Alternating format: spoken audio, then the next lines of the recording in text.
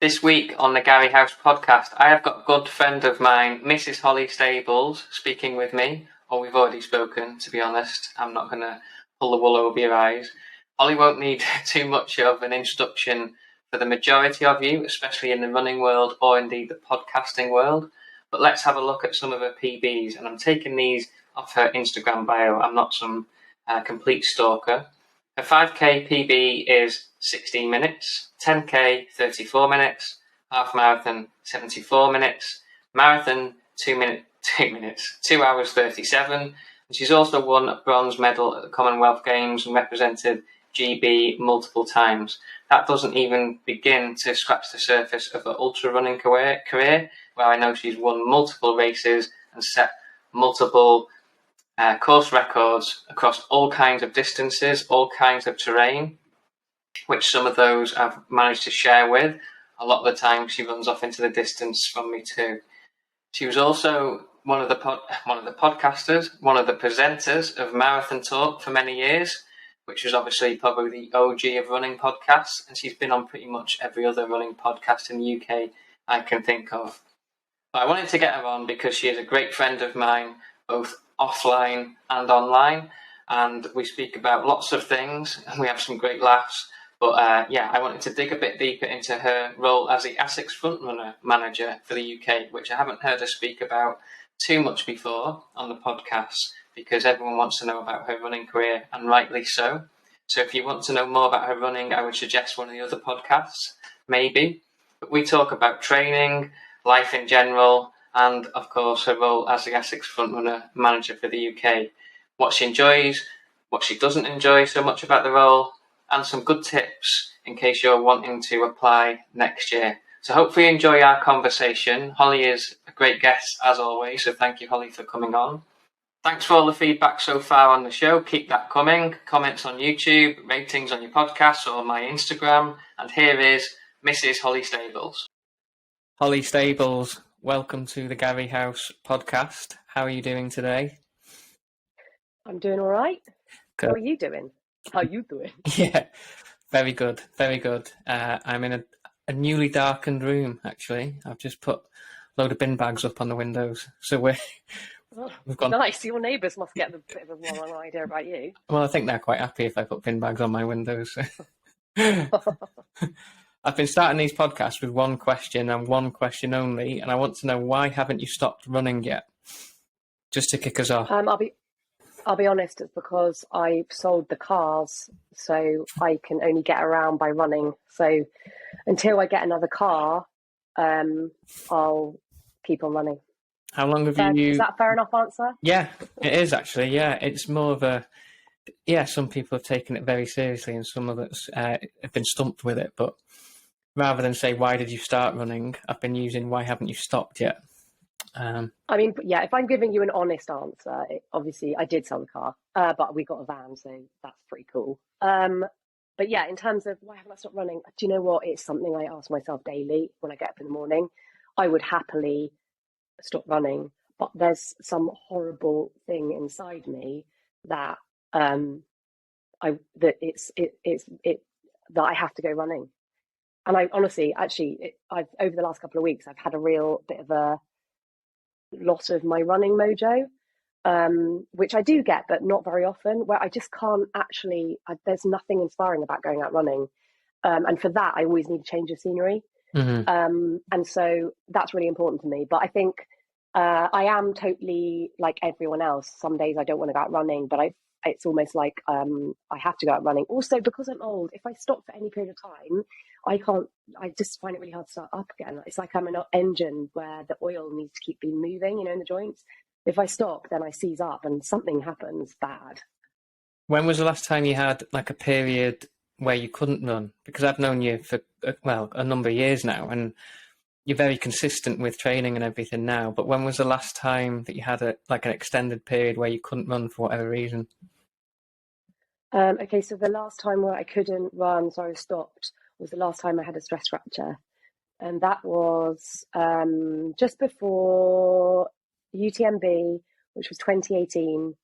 And I had to take, I'll be honest, I only took about a month off because I had to I went out to the Alps because I was going out there to train for UTMB.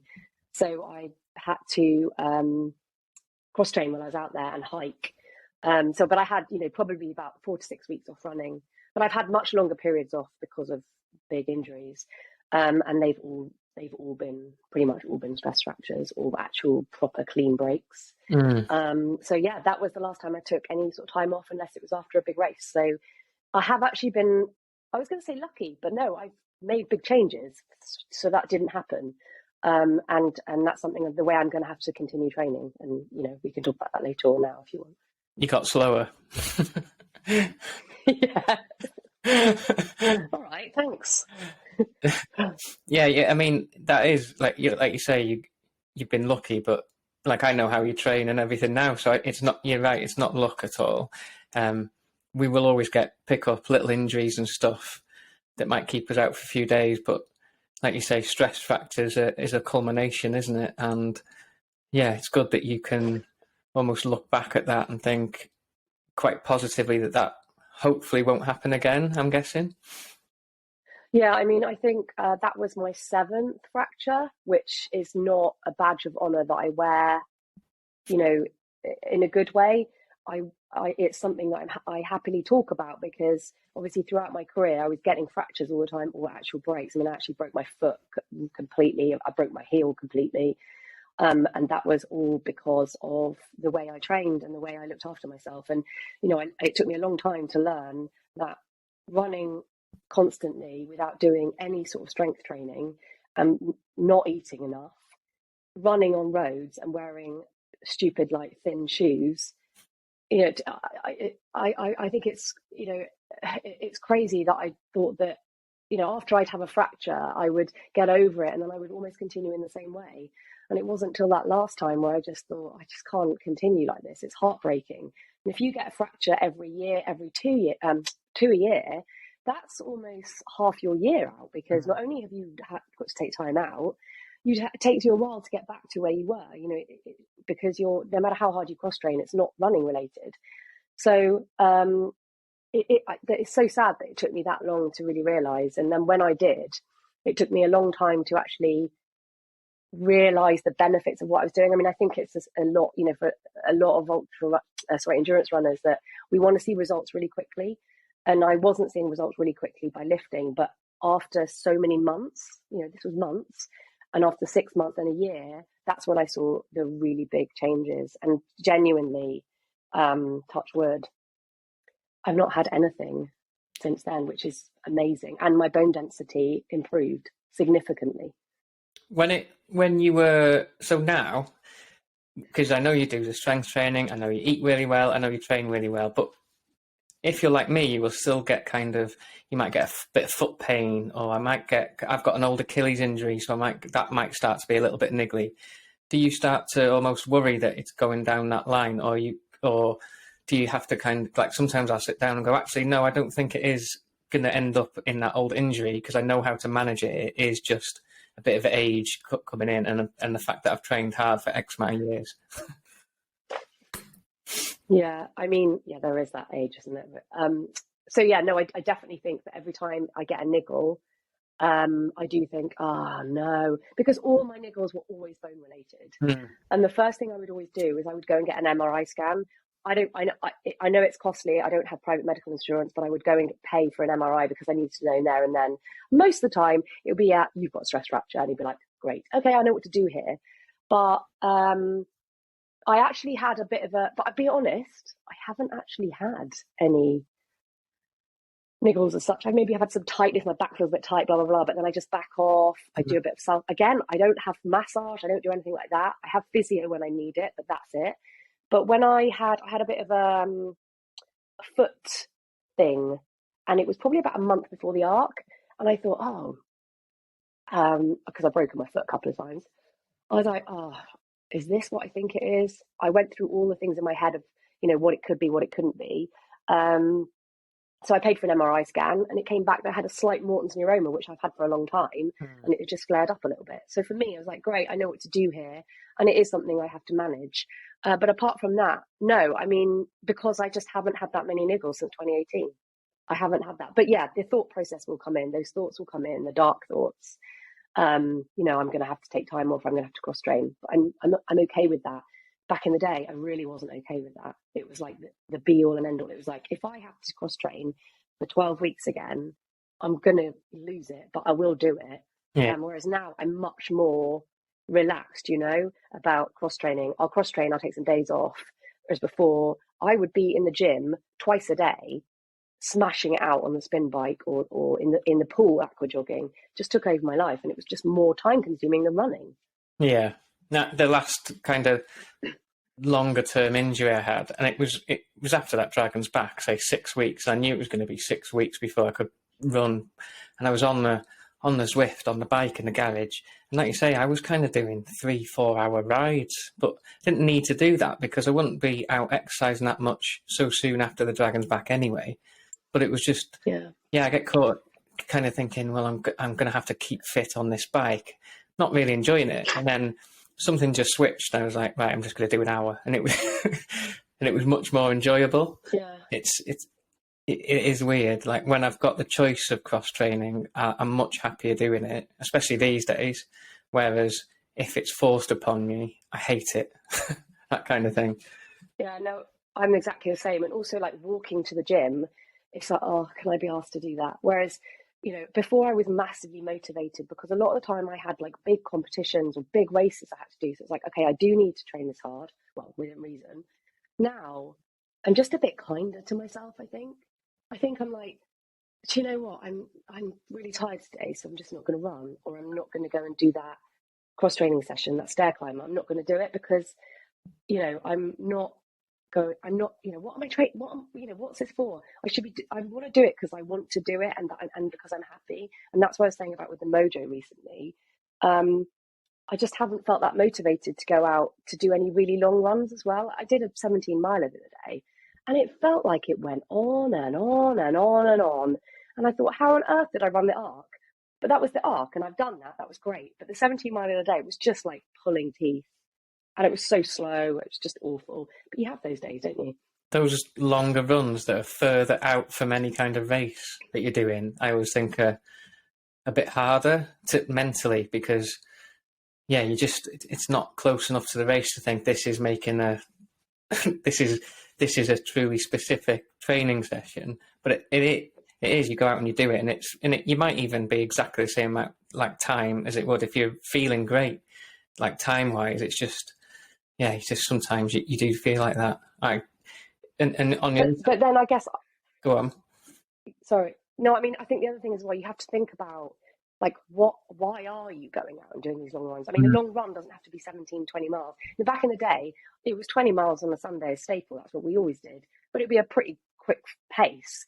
Now, if I go out for 20 miles, it takes me forever because I'm pissing about with the dog, or, you know, trying to, you know, going over stalls, chatting to someone who's got a dog, patting a pony. Whereas before, good Lord, I wouldn't dream of that. So it's very different. And, you know, a long run, it can be 90 minutes, and that could be as far as you get in that 90 minutes. I think you have to think about what you're doing it for. And if you're doing it because you feel that you have to do it, but you're not actually training for anything, then I think you need to perhaps rethink what it's all about. Yeah. And plus sometimes you have the odd day off or 2 days off. And if I have 2 days off, I know I get frustrated. And then, like you say, you need oiling kind of thing. And then then you go out on the third day, say you feel lethargic, but then you might have one of your best runs for weeks, and it reminds you that actually, yeah, that's because you've had 2 days rest or whatever. Yeah, I mean, I've had more rest days in the last year than I've ever had. Mm. But also, the other thing is I can't take more than 2 days off because I get really badly constipated. I don't know about you. Yeah. No, well, yeah. How do normal people who don't do any exercise do a poo? I mean, you have to keep moving, don't you? Some people don't poo for days, even weeks, do they? But I mean, you know, sorry we've slipped down this. Oh no! Until I, you know, it's quite. being I need to keep moving. like you, until I started coaching, I didn't understand how many people had problem with their bowels and shitting and stuff like this, and that's all they want to talk about. It's like, how do you prevent yourself shitting for an hour? Well, what do you do when you go to the supermarket? Kind of thing. So you can't leave the house without. It's just I don't. For me, I get up, have a coffee, and that clears the pipes. So if I miss that slot, then Or there's shreddies. trouble. Yeah, yeah. There's trouble if I miss that slot. So people go on about their circadian rhythms and sleep and everything. I can sleep at any time. It's going to the toilet. I need to go. But I don't Okay, I'll bear really that in mind when I'm pacing you. Yeah. Did you see, like going sidetracking? Did you see the Wilmslow half marathon at the weekend? No, I didn't. I had a couple of friends racing it, Okay, so but no, did someone have a bit of a I'll toilet send you issue? yeah, this guy, and he's put it up on his Strava as a basically full pull a Radcliffe moment, but didn't stop, and it's all over the place. So he's PB'd, and Was he winning? no, it's Wilmslow half marathon. He's just got a PB, but it's literally everywhere, and that's like his What? picture. It's like I've never wanted a PB that much. Yeah.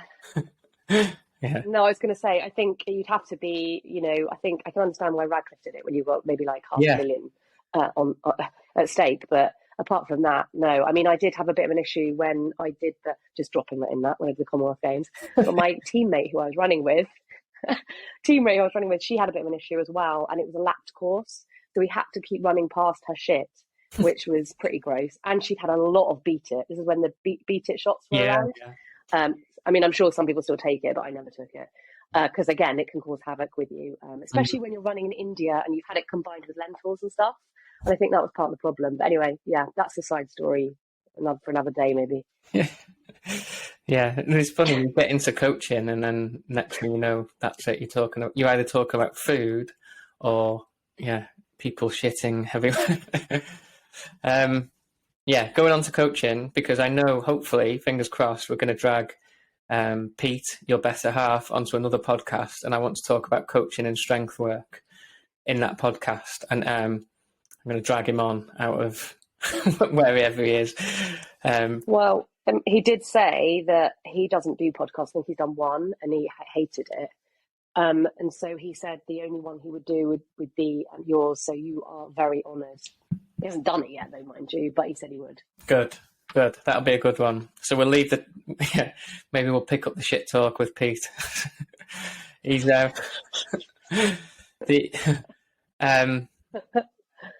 what I wanted to ask you was your role with Asics, how that started, and what it looks like now with the Frontrunners, because I know you've just gone through the selection process, and being in social media myself, I guess you would have to call that. It's always fascinated me how it's grown, number one, and two, how you became like the queen of it all, really.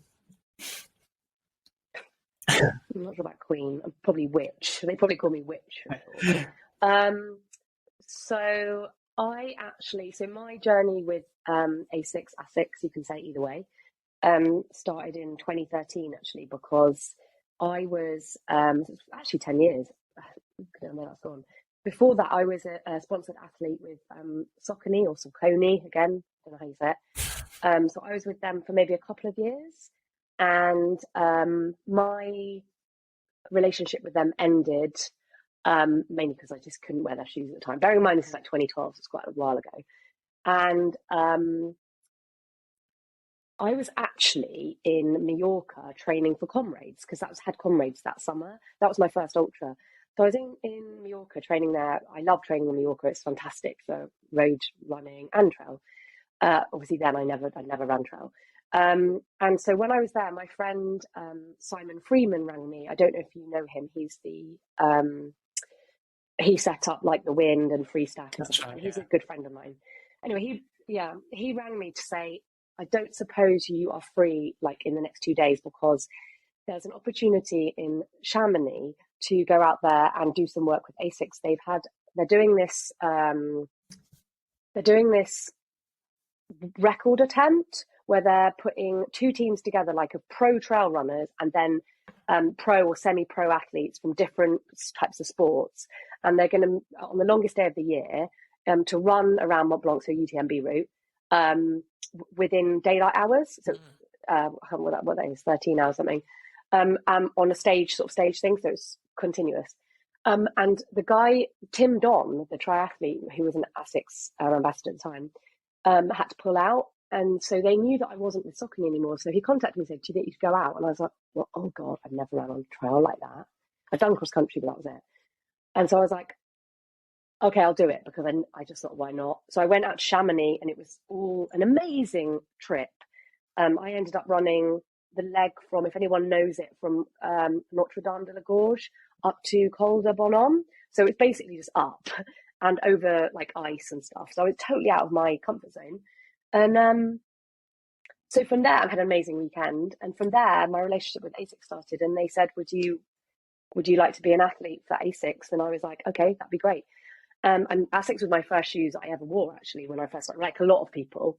Um, so yeah, I was with them as an athlete. Was that the first time you'd hit the trails, and then was that a view to, right, I'm going to run more trails then, or was it just that Asics were there? Because back then, I'm trying to think, I can't remember Asics being big on the like trail UTMB kind of scene back then, really. No, I mean, to be fair though, the guy on the other team was Xavier Temenand, who was won UTMB, CCC, TDS, all of them.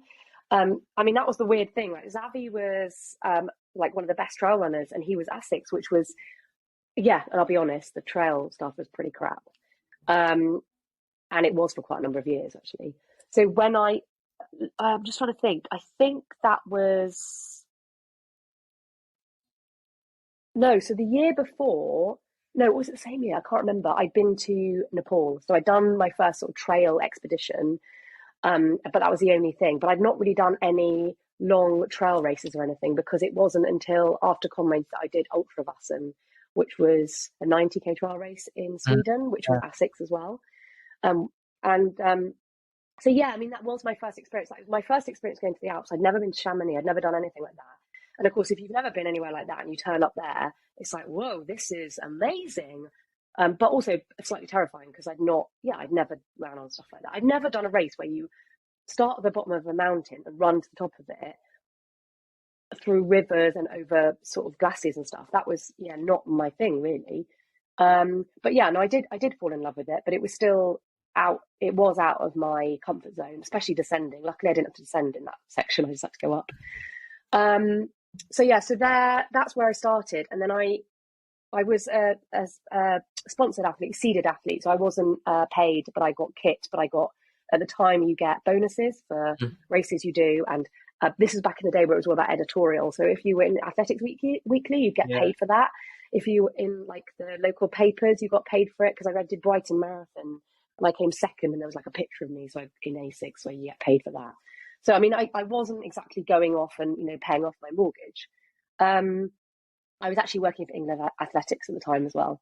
So that's how that started. And then it wasn't until 2017 that the Asics Frontrunner started in the UK. It started in 2010 in Germany. That's when it all started. And it started rolling out through different countries, but it was in Germany for quite a number of years, because it's actually a German guy with an Asics who started it up. And then in 2017, they advertised, they started doing the ambassadorship here, and they asked me if I'd be part of, like, it's called a pro team. So it was people like me, Hannah England, I can't remember the other people, Luke Gunn, people like that, who would be in the team, but we wouldn't sort of take part in the, how do I say this, the happy clappy cheerleading type stuff. So went down with the chipmunks. Yeah. So I would just dip in when I was needed and be like, "Oh, hi, yeah." And then the community manager who started, I don't think it had been that 6 months, basically was asked to leave. And they asked me if I would like to go on the international weekend. So every year there's an international meet that the Asics Frontrunners can go to. Bearing in mind there's like 700 frontrunners now all over the world, and they can all go to this one meet. So like last year it was in Portugal. This year that I was asked to was in Germany, in somewhere, a little town called Neuss. And they said, would you like to go to this weekend? You can see what it's like to be amongst all the frontrunners, and then you can decide whether you want to be the community manager. I went on this weekend, and I got to be honest, I came back from that weekend, I was like, there's no fucking way I'm going to be a front runner manager. It is just, they are mental, a lot of them. So they're all just really over happy. They're all like different, mainly young at the time. So I felt quite old, bearing in mind I was probably 39. What was I, 40? I can't remember. And there was a night race, and you could do a 5K or a 10K. Most of the team were drunk before the race started. And so I did the 5K. I'd already had a beer because I thought I'd better join in. Did the 5K, and then afterwards we basically just drank beer constantly from then. Went to a nightclub, came home at 5 a.m. It was just, I was exhausted, utterly exhausted. But I came away from it and I was like, do I really want to do this? And I was like, okay, I'll give it a go. And here I am. I'm still here. And it's evolved over the years, I will say. It's a very different team. It's a very different community than it was when it first started. How many I think back then I think compared to how many you choose now? so. How many were in the team? Or... How many were in the team originally? Like when you were being the manager, and then has it grown now? No, I'm assuming the applications. Yeah, it's about double the amount. Yeah, and how many yeah. applications are there? So this year we've got 50 now, and when I started, I think I had about 26 people. So in terms of management, it's much harder. It's like herding cats, but there's 50 of them in this country. In Germany, there's a lot more, and I think we're the second or third biggest country now. Like Italy's pretty big. Germany's the biggest team because that's the founding team, although they cut a lot of people. And applications, it varies. I mean, I think the biggest year we got 5,000 applications, and I go through those personally. You can imagine how long that takes. And also, back in the day, they used to ask them about 50,000 questions. Like, what the? Can I swear on this? Yeah. So it's like, what the fuck how am I going to go through all of that? Please just make the questions shorter. It's just insane. And some of the questions used to be things like, what's your PBs? And because it was called a front runner, and I think people got confused that you had to be fast. Yeah. And that was the whole aim when it first started, which I think wasn't good. I mean, I think, like I said, the whole community has changed. It's not about being a front runner. Yeah, we have like ex-Olympians in our team, but we also have it is important to have people like that in there, I think, and people that are doing well and pushing things, just so it pushes the others on and inspires the others. It doesn't mean you can't have front runners on or back runners, does it? I don't think. Yeah. No, I mean, I totally agree. I mean, I think the whole point of the team and the team that I've wanted to make over the years is I definitely felt that when I joined that the team was very, it was very the same. I felt that, there's all sorts of runners out there now, especially now, anyone runs. And I thought that I wanted every runner to be able to look at the team and say, there's someone like me there. Yeah. And I think that's really important. That doesn't have to be just like what they look like. I want it to be like their age, their background, the pace they run, the sort of stuff they run. Like some people in the team never run on the road. Some people only run 5 park runs. Some people do track, some people do ultra. We've got the oldest member of the team, 62. Yeah, we could have someone older, and that's something I'm working on. This year, I wanted to get younger people on because when I first joined, I was the oldest person on the team at 39, which is not old, I don't think. So my aim was to get older people, especially older women, because I think that was something we weren't showing. It was younger girls, and for me, that's not me. So we got older. I think we got some amazing older ladies, mature ladies in the team, and so this year I realised that actually, bloody hell, we're all a bit old now. So this year I wanted to try and find some under 25s. I tell you what, that was actually quite hard. So many. I mean, I will say, I think the great thing, we've obviously done a good job because this year we had a lot of older, like over 40s, a lot of over 40s applying. But I think there's a lot of over 40 people running now, which is great. And also we had an awful lot of Muslim women apply, which again was amazing because we didn't have any Muslim women or men in the team. And I felt that was not good. So taking on like Sadia and Taz and Samina has been a real asset to the team, and they've really encouraged women to apply, which is great. And what does applying for and being, like, because I've seen people apply for the Frontrunners and things like this, but what does it mean if I was to sign up for the Frontrunner? What are they committing to? In other words, and what kind of support do they get? Is it just a community of you all, or is it kind of are they leading runs? I've got no clue. So you tell me. So they're signing up to a lifetime of WhatsApp groups. I'll say that now. Yeah. Yeah. Oh my God. I mean, if I never have a WhatsApp Is that why you've got 4 phones every time I see you? A couple of burners. There's a girl, Becca. I'm going to tell her. I'm going to out her here. Becca is obsessed with WhatsApp. She'll have a WhatsApp group about the WhatsApp group about that WhatsApp group. It's just every event we have to have WhatsApp groups for that. Or it's just ridiculous. But they seem to love it. You're signing up to. You're going to be a brand ambassador, and that's the other thing. Is like we've had people apply who just want to, I guess, get free kit or I don't know. But you have to actually. There's no point signing up to these or trying to join an ambassador group if you don't actually like the product, because it's like I completely get so the whole Vaporfly thing when that came out and we lost some of the athletes, the faster athletes, because they wanted to wear the shoes. I completely get it. It was hard for me because I wanted to wear them, but you can't race in them. So I completely get that. But now we've obviously got the best fast shoe out there, so we're winning.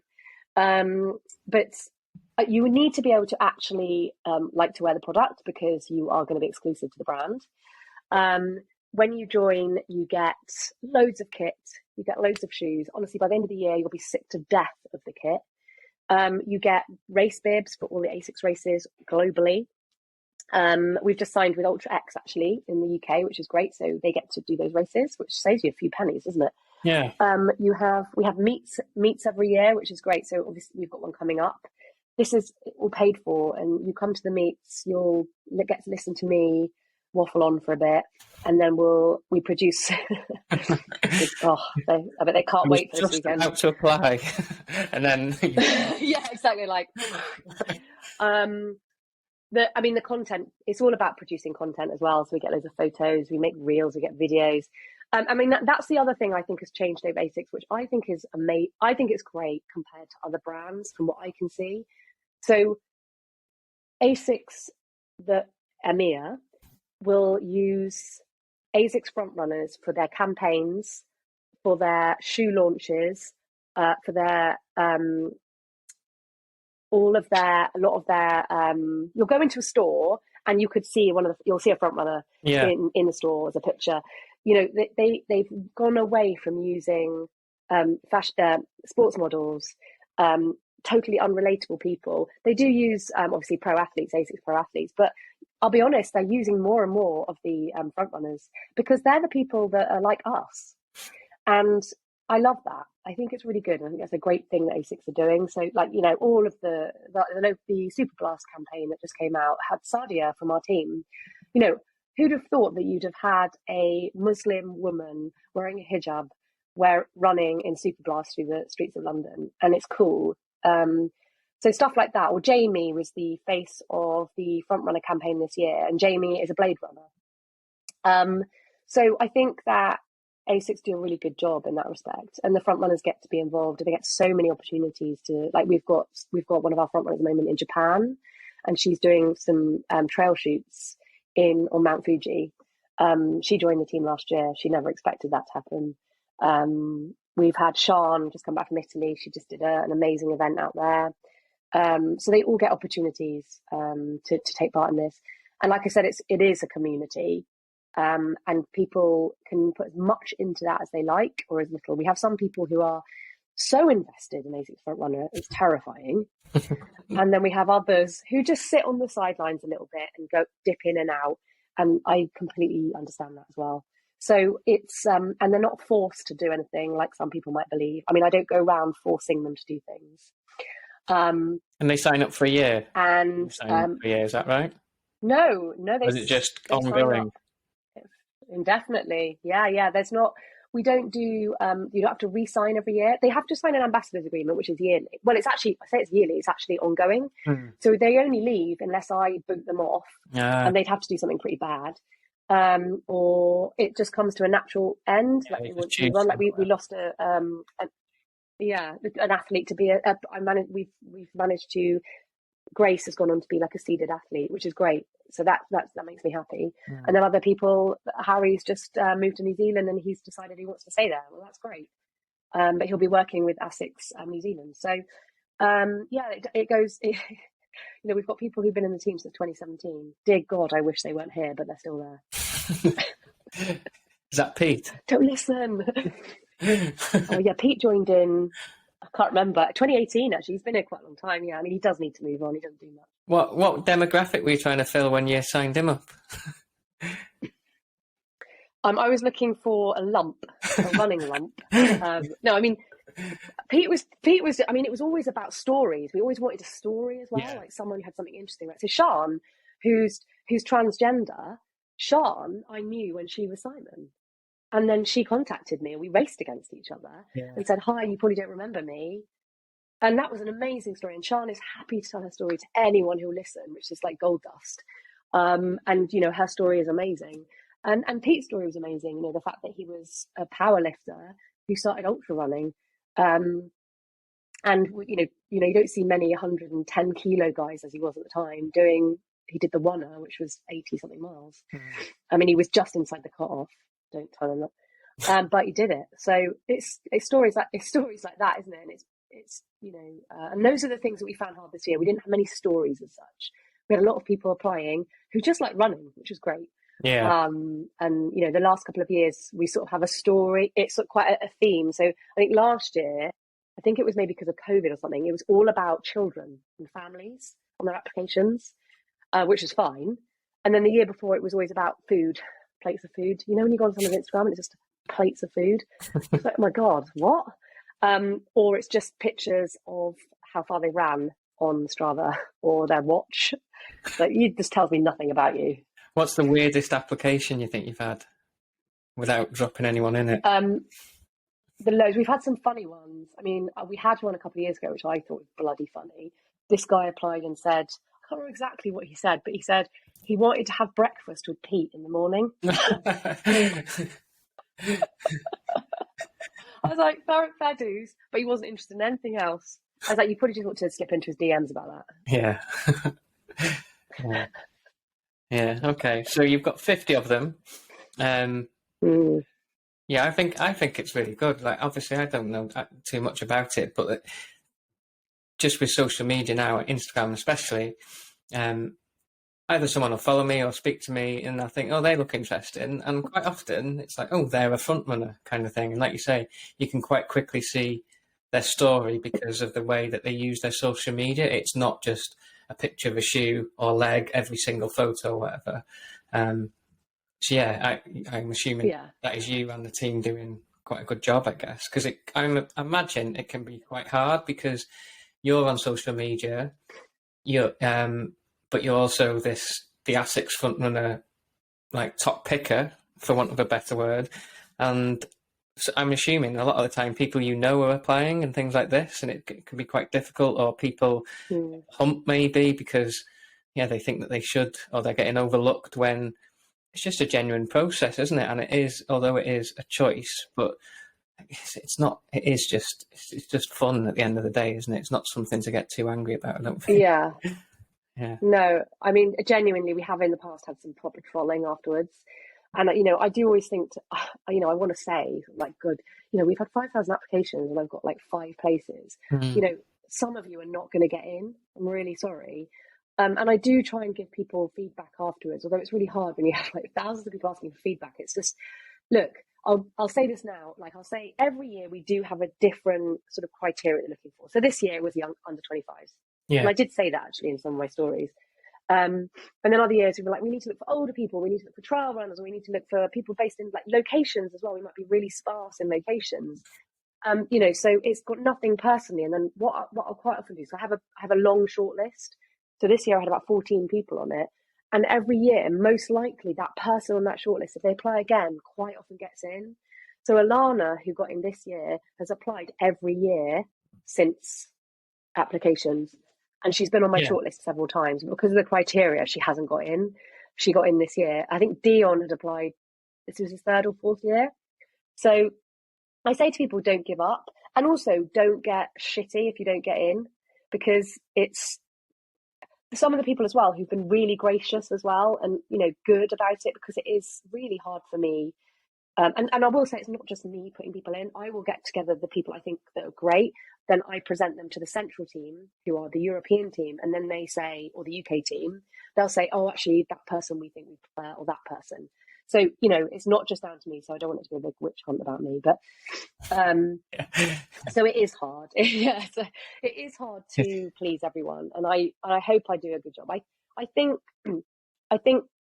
every year I'm always like, I think, oh, they're great. I think they're going to really work. And pretty much all the time they do. We've had a few issues before, but most of the time everyone's really, really good. And like you say, it is hard to please everyone. And we're not allowed to say how many people we're taking on every year. I think sometimes if we could just say, do you know what, there's only 5. Like some countries are only taking on 2 people, and it's so hard. It's like a needle in a haystack. Yeah. Especially because the nature of it, you have to kind of advertise it. You kind of make a big fact that it's opening for entries, and then a couple of people get added. I guess it's quite tough, isn't it? Yeah. Yeah, it is really tough. And going back to what you were saying about the Frontrunners posting stuff, I mean, there's no request for them to do like so many posts a week or a month, anything like that. We just like them to post about certain campaigns. So like the Nimbus 25, but most of the, a lot of the team get the shoe. And we just like them to do like an unboxing. It'd be like if you were gifted a shoe, you do an unboxing story or whatever, or a reel. I mean, but some of them are amazing at producing content. I'm absolute garbage at it, so I tend to leave it to them. I'm great at a dog picture or something, or Pete. I'm really lucky that Pete's a photographer, so I get some good content with that. But I'm just no good at doing the fancy stuff. So that's what they do, and they love it. Part and parcel of it these days, isn't it? Like when, let's be honest. I enjoy taking the piss out of things like that, but it's not from a place when it's an unboxing, because I've taken the mick out of those unboxing videos. It's not like it's not like I've got a vendetta against it. I just think it's quite funny for me, quite funny at the time, and then, but yeah, you can, like with content creation these days, some of the kind of, literally some of the unboxing videos are literally like you could watch them all day kind of thing. You find yourself in a black hole of unboxing videos because of the way it's, and I know how long it takes to do one of my shitty ones. So when you see some of them, they must have put some time and effort into it. At least you can appreciate that. Yeah.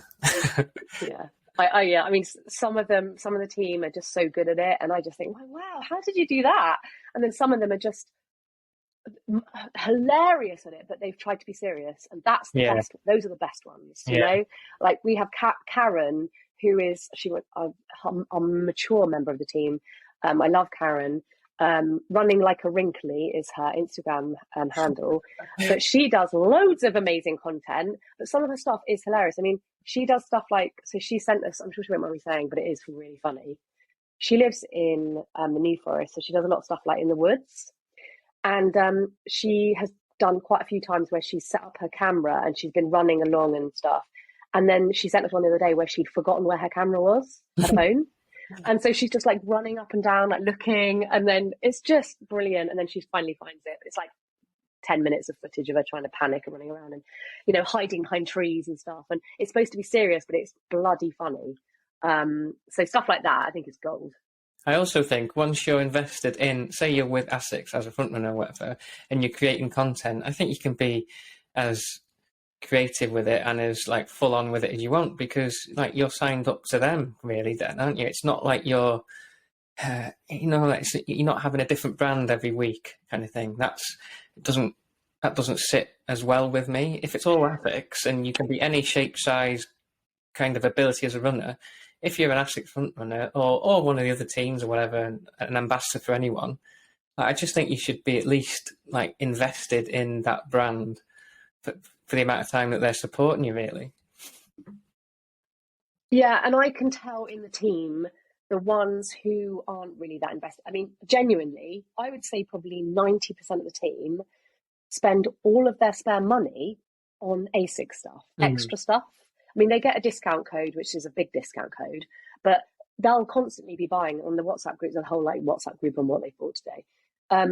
They have far more kit than I have and shoes. They love it so much, and that's got nothing to do with me. I'm not making them do that, or none of us are making them do that. They do it because they genuinely love it. And that's great, and that's what a brand ambassador is about. It's about actually loving the kit and the shoes and the brand and the sort of philosophy behind it. So I think that's why they do such a good job. So if you want to be an Asics Frontrunner next year, go out and buy a load of Asics kit and just keep wearing it. That's what Holly's saying. I mean, some people do apply. It's quite funny. Pictures quick. Seriously, I mean, that is a question we get. It's like, oh yeah, but what if I ever wore Nike in the past? It's like, fine, that's fine. I've worn Nike in the past. It's absolutely no problem. But if you've like all your pictures before, you were dressed head to toe in Hoka or something, and you've got an unboxing thing of Hoka the month before, and then suddenly your last 3 pictures might be in your old Asics stuff, it is sort of obvious. But do you know what I mean? I think, I'm not expecting people to apply who just have who sleep in Asics pajamas. No, because I don't. So going on that, what do you think is what do you think the best part of social media is, and what do you think the worst part is? Start with the best. There's so much. There's just more. I'm only. Oh no, I can't even think because of anything. I think because I've spent enough time with you to know that although we both work, I guess, in the online space, yeah, but when I'm not on Instagram, I'm not scrolling endlessly, kind of thing. It is a work thing. I find it it's just essential for work, and obviously I'm an online coach. Yeah, it'd be ridiculous if you didn't kind of have an online presence. I always think, because I see so many coaches moaning about the fact that I'm not going to be on social media all day or whatever, but then they're the ones that don't have any clients, basically. So and they expect people to come to them. But how are they going to find them? Yeah, and because I have spent time with you, I know that you're not the kind of person to be constantly scrolling on your phone. So how do you balance the fact that yes, you work within social media, but at the same time, you're not dragged into the videos all day, unless obviously you're watching mine. No, you're on mute. So I'll be honest, there's a lot of the time where I just want to turn off all my social media stuff, because that's the bad thing. I'll get to the bad thing in a minute. I think the good thing about it, genuinely, is I've met you, because I listened to you on a podcast, but that was through, I guess, so that's social media, isn't it? Yeah. I'd seen you on, it was the Run Boy, what they called? What they called? I've forgotten them. The Fat Boy Running. What they called? Say Fat Boy Running. Sorry, boys. I listened to you on there, and I'll be honest, to start with, I was like, oh, he really is going to piss me off. He's going to talk shit. He's going to talk about rollers and stuff like that. And then when you started talking about stuff like that and dissing it and saying and talking stuff that I sort of agree with, I was like, oh God, I actually really like him. And then, so I think I just sort of slipped into your DMs or something. I can't remember. I didn't send you any pictures or anything, so don't worry about that. But so I think meeting people. That was after running past me at the last kilometre of Barcelona Marathon, though, wasn't it? I didn't know you were there. Honestly, if I had, I'd have tapped you on the bum. Yeah. But so sort of meeting people, like genuine, like friends, I would say now. Meeting people, that's been really, really good. And also, although I have to say, like, I don't just, believe it or not, follow runners on Instagram. Oh. I love like van people. I've got this my other life, like van lifers, because I'm massively into YouTube. I love YouTube.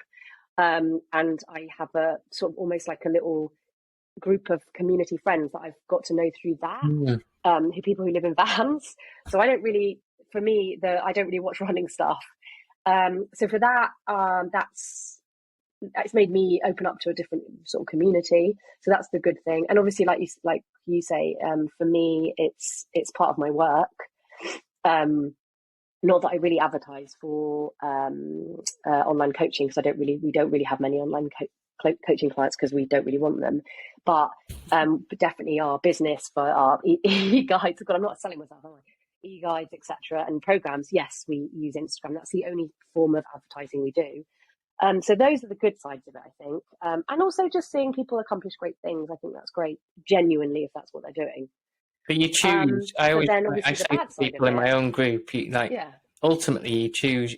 People moan about the algorithm and who they see and all that kind of stuff, but you choose your own algorithm to a certain extent, kind of thing, don't you? So, like people, yeah. you I can mean, follow or if I go whatever. through looking at, yeah, Yeah, like if I go through my looking at, TikTok. I spend a I'm not time on. looking at like I put penguins, my and it'll be just videos on. penguins. Go on, sorry, speaking over you then, but like TikTok. No, it's all right. Because Carry I on. don't use it for work. Well, I do. I put my videos up there for work, but it's literally, I don't know what I'm doing with TikTok. I don't want to know about TikTok. But the few people that I do follow, I think I follow 2 runners, and the rest are like you say, in other interests that have got golf, football, music. So my kind of, they call it the For You page or whatever on TikTok, it's actually great. Their algorithm's great because it's showing me stuff that it's like the football team that I support, it's the DJs that I like, it is the golfers that I like, that kind of thing. So for me, actually, that's quite a fun experience. I'm not sat there watching some dickhead like me dancing or something.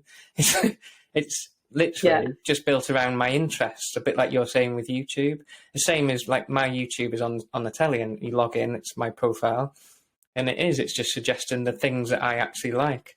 Instagram's a little bit different, I guess, because over time, I always think I've maybe you've followed way too many people, or yeah, and you'll know this. Like my account's gone bigger in the last few months, and I genuinely don't know some of the majority of the people are following me, and I've found that I've missed interesting ones, whether they've commented or sent me a message, kind of thing. And then I've started speaking to them. They've been following me for months, and they're actually either interesting or fun, and I've completely missed it.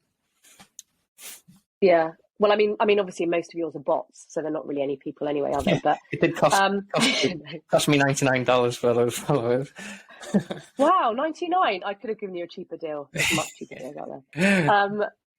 No, I mean, yeah, you're following. I mean, you've got a lot of American followers now, haven't you? I think Yeah, it seems that way. 20% of the new followers. I'll show you another time, but yeah, 20% of the new followers are American. 25 are American or Canadian. Wow, Which and is, they love your humour. some do, some don't have. Yeah, so yeah, or Yeah, I've noticed that as well. some get drawn in by one video and then they quickly leave. Yeah, so I think that you're right, and I think I mean the negative side of it is, yeah. I mean, I've actually unfollowed a lot of people. That sounds awful, but it's mainly because it's nothing personal. Although that's the other weird thing. You know, you get messages from people saying, "Oh, I'm really sorry that you've unfollowed me." yeah, Number one, how do you know that? Because you yeah, must have like one of these apps, which I don't have. I don't know who follows me or unfollows me. I don't really care. But they, they'll message you, and it's like really, they take it really personally, and I'm just yeah, like, oh, why do I have to explain myself for a start? And then, and so I follow people who I feel like I know to a certain extent. I don't want to. It's like on Facebook. If people try and be friends with me on Facebook, I won't be friends with them unless I know them. That's separate. And I don't really do anything on Facebook anyway. I do my Asics stuff, but that's it. But I think the biggest issue, I think, with Instagram or any sort of social media is just comparison. People just compare themselves constantly to other people, no matter what they say. And the little monkey on your shoulder starts telling you stuff, or the jealousy comes out, and it's the worst thing. I mean, the worst thing is people who put up all their every day. I do it sometimes. Every day they put up their split times and like what they've done on the track, or how much, all of that sort of stuff. And I find stuff like that just annoying. yeah. I mean, I did it at the weekend because I was pleased with myself, but it's not really. Occasionally I'll do it, but it's when they do it every bloody day. Yeah, I think it's different, isn't it? But you can quite quickly tell if it's someone, like some people genuinely use it almost like accountability for themselves, whereas the ones that I don't like, well, not don't like, I don't care, but almost like the They're humble, doing it to show off. yeah, the humble brag versions of it all. That's the ones that yeah, they're the ones that great more than anything. We know a few of those, don't we? Yeah, yeah. Right. Okay. Yeah, no, I think that I think that Instagram is it's a funny old place, really, isn't it? And I find it quite. it's come a long Well, it's come a long way since pretty pictures. yeah, and like I have a really positive relationship with Instagram. I think I enjoy it because I've got quite a good interactive community of people that ask me questions and stuff. I enjoy making the content. I think it would be completely different if I was just, if it wasn't my job essentially and it wasn't part of my business, I guess. Well, would you do it? Would you actually be on Instagram? Yeah, I always think that. I'm not 100% sure because when I'm not working, I'm not on it really. Yeah, so I think I would because I've still got that. I'm still enough of a bit of a like narcissist to put my own stuff up there, definitely. But I think just because I've done it for so long as a coach or as a whatever, I was doing like 10 years ago, I was Gary House PT. I had a PT page and all that kind of thing on Facebook. So it's always been just posting for work essentially. And then, but what I like is the stories and that kind of side of things, I guess. So I follow a couple of friends and I watch their stories and that's kind of it. Yeah. So, because I feel like I'm catching up with people or like I'll see you a couple of times a year. I've only known you a number of years, but I see you a couple of times a year. But again, I feel like we know each other more because we follow each other on Instagram, maybe. Yeah. And I don't do that with everyone. Yeah. But yeah, you're right. You'll find people that you just instantly click with, or you can get on with. That is the good part. And then the downsides are either, I think just knowing when to take yourself away from it, maybe to a certain point. But again, and the comparison thing, you've just got to really. It's a bit of a switch, isn't it? I'm not actually someone that would say you should stop comparing yourself completely because it's just human nature, isn't it? If you're not comparing yourself on Instagram, you'll be comparing yourself on Strava or whatever. Well, that's why I'm not on Strava, to be honest. But I think that the comparing thing is good. Yeah, you're right. It's good to a certain extent. But I think the other thing is how you choose your mindset when you're comparing and when you're looking at other people's stuff. So I chose a while ago to, although it still slips in, I chose to look at people and see them doing things that maybe I would love to do or I wish I was doing, and look at it and go, oh, fucking, that's great for them. I really want to like turn it around and be really happy, like cheerleader, that's an awful word, but to turn around and say that, that's brilliant. I really, I think that's great. They definitely deserve that, or, what a great time they must be having, instead of just going, oh, why are they doing that? Blah, blah, blah. And I think that's unfortunately what a lot of people do. And, it's like, that's why I genuinely love watching your reels and your stories, because they just make me laugh. And so therefore that's a good thing. There's lots of people that I like following their stories. I'm not so bothered about maybe their grid, but their stories are just bloody funny. So it just, I love that. Yeah. So you take out what you put in and you take out what you want. I mean, I'll be honest as well, at the moment, I'm a little bit bored with Instagram. I've got really nothing to post about. Hopefully in a few weeks' time I will. But, so don't post then, Yeah. I don't, that people feel they have to post constantly. You don't have to. No, you can't all have like endless creativity. Perfect, amazing lives. Yeah. Right, before we wrap up, I just want to touch on, because I know this is coming up, travel plans in the next month or so and race plans coming up. So travel plans, you're off in the van, aren't you? No, you're not off in the van first. We're off in the van in the summer. That's right. No, Nepal. Yeah. Well, I'd love to drive the van to Nepal. It would take me a while. Yeah. So we fly out. What day is it? Is it Tuesday? Yeah. Less than 2 weeks. So a week on Monday. We fly out to Nepal. This will be my 8th time. I love the place, and this will be Pete's first time. Yeah. 8th time. Yeah. So I went out in, so yeah, it was 2012 my first time I went. Very end of 2012, I decided to go. That was my first experience of running on trails. I know, I'll go to the Himalayas, Yeah. run up loads of mountains. So yeah, so I'm heading back there, and we're going to do. We were going to do Annapurna, but the Nepalese tourist board have decided. I don't know if you've seen it. Decided to put in a new law where independent travellers cannot Yeah. trek independently anymore. You have to have a guide, which doesn't work for us because we're running, and I don't think there's any guides that could keep up with us anyway. I don't think so. Can't And peek also the past whole for a point of being Sherpa. independent. Can't peek past for a Sherpa. Yeah, I mean, if yeah, he would be able to carry a lot of kit. Yeah. It's a donkey. Yeah, exactly. So we're going to. The great thing at the moment is that restriction does not apply to the Khumbu region, so the Everest region. So we're going to go and actually do. It slightly backfired on Pete, bless him. We're going to do like a much tougher route.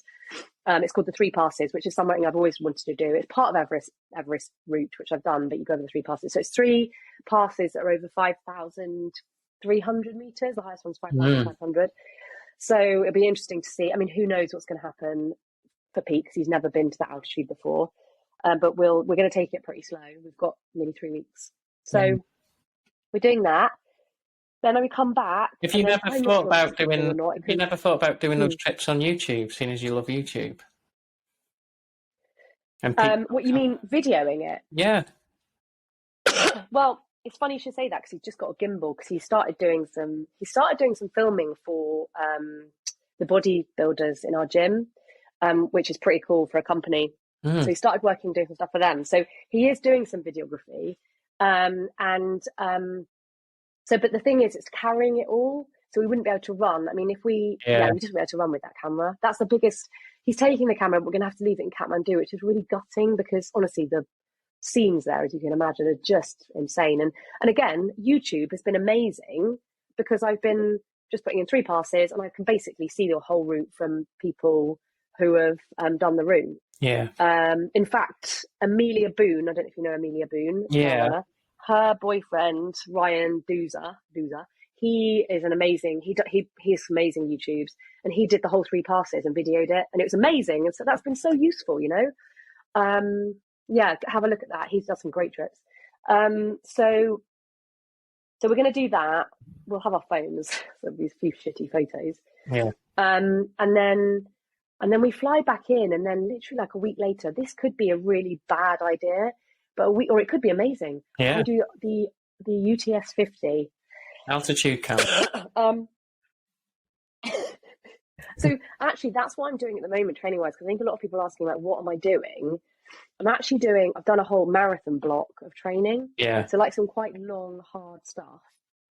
And then I'm going to literally stop, go to Nepal, and then spend 3 weeks high altitude, bumbling along without any speed work. So I guess it's sort of specific training for getting closer. Then I'll come back, have a week to decompress, whatever, and then go up to UTS. It could go really well. It could go horribly wrong. I think the last time I did that, I did the 3 peaks. If you're even remotely marathon fit for that, because it's not technical at all now. It's just. Is it not? No, not the 50k. So you'd be good on that, I think. I mean, there's some really good fast girls going to be there, so I'm under no illusion. And, you know, I'm probably the oldest person trying to, they put out on Instagram, like, the top women. Yeah. And there's 30 elite women doing, or maybe even more, I think, doing the 50. And I'm ranked 6th, which is not bad for me, really. Yeah. But, I don't know, we'll see. I mean, I'd love to get on top 3, but that's going to be a very, very, very tough ask for me, I think. And then that's to be honest, that's all I've got planned at the moment. It depends what happens at the UTS, because I really wanted to do OCC. That's right, yeah. But they did me up like a kipper, didn't they? Because I thought after TDS I'd get a stone, but turns out running the hardest route in UTMB gets you fuck all. Yeah. So I know some people that were getting like 7 and 8 stones and still didn't get entries last year. So yeah. Really, God knows what's going to happen. Yeah. Yeah. So if you've got any ideas of what I should do, let me know. Yeah. Yeah, well, after UTS, we'll drag Pete on and we'll talk. I want to talk more about the strength training and the concurrent training and stuff like that, hopefully. Yeah, yeah, you should talk about that. And also, you should ask him about what he wants to do later this year because he's got a bit of a lofty plan of Is what he? he would like to do. Yeah, he wants, I'm going to tell you Go because on. no one's listening. He wants to run sub 3 hours for a marathon, 2:59:59. And whether that would be, sorry, I've got a visitor here.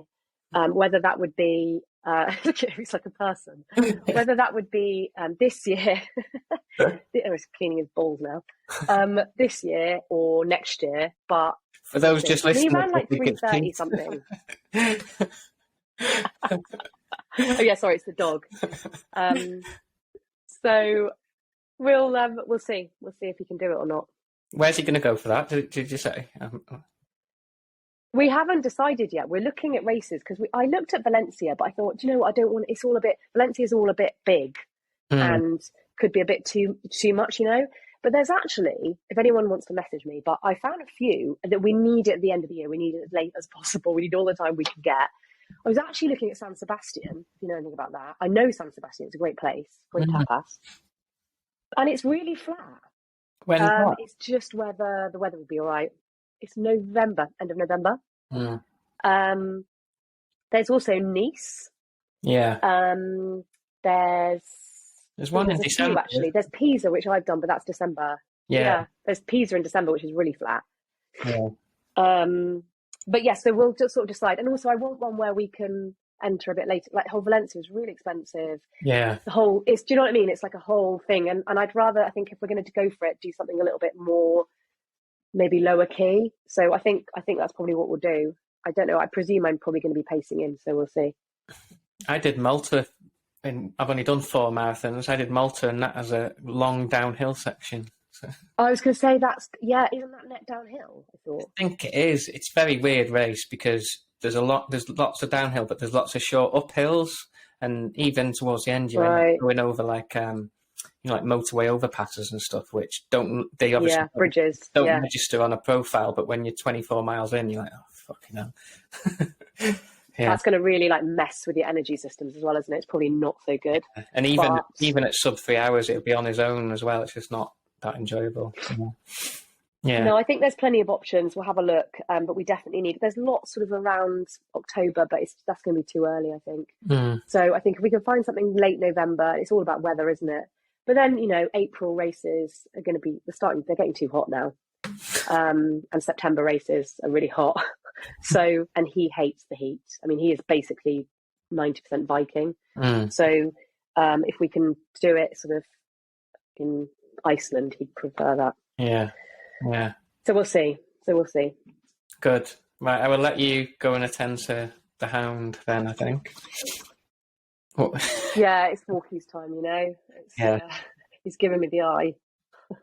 Right then. Thank you, Holly. Have a great trip. I'll obviously speak to you along the way. I want constant updates now, seeing as I know where you're going. And I will, we will drag Pete on after the UTS then, hopefully. Yeah, that'd be great. He is like a wealth of knowledge. He just struggles sharing it. But I think he needs to share it. That's why I'll drag it out of him, basically. Brilliant. He can't say no to me. I'm going to, yeah. Thank you very much. And I will speak to you soon, Holly. Oh, where can we find you all? Sorry. I mean, I always assume that everyone knows you, but what was your Instagram stuff and website? So the Instagram is, it's the same actually. It's rushbynature.com for the website, and then for Instagram it's Rush by Nature. That's it, I think. And the website where you can get all the plans and session books and stuff like that. Yeah. So the website, we have e-guides on there, and then we also have concurrent training plans on there as well. And we've got a discount at the moment, 20% off. Any foam rolling plans? No, we use those we did use it for holding the door open, but I think we burnt it in the end because we ran out of logs. Okay. Right, on that note, I will leave you to it.